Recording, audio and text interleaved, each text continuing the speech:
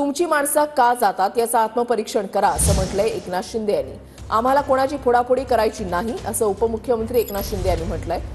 उपमुख्यमंत्री एकनाथ शिंदे यांनी ठाकरे गटावर निशाणा साधलाय। तर हिंमत असेल तर सरकारी यंत्रणा बाजूला ठेवून फोडाफोडी करा असं ठाकरेंनी म्हटलेलं आहे। फोडाफोडी केल्यास तुमचंच डोकं फुटेल असं उत्तर ठाकरेंकडून देण्यात आलंय।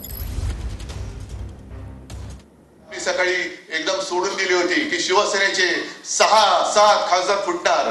बघा ना, हिंमत असेल तर फोडून दाखवा, फोडून दाखवा। पण आता शिवसैनिकाच्या संयमाचा अंत बघू नका, कारण फोडाफोडी करायला लागला तरी तुमचं डोकं फुटेल।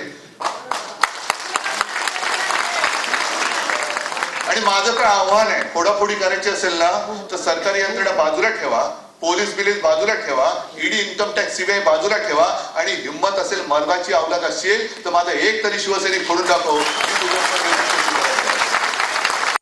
बोले आमचे नेते फोडून दाखवा, आमचे कार्यकर्ते तुमची डोके फोडतील असं काही जण काल म्हणाले।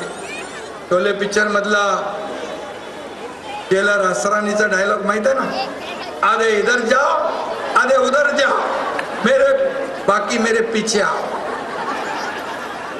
अरे हाय कोण तुमच्या पाठी? डोकी फोडायला राहिले का काय? आणि म्हणून आम्हाला कुणाची फोडाफोडी करायची? तुमची माणसं तर सांभाळा। तुमची माणसं का जात आहेत, का सोडतायत याचा विचार करा, आत्मपरीक्षण करा, मग एकनाथ शिंदेला शिव्या द्या।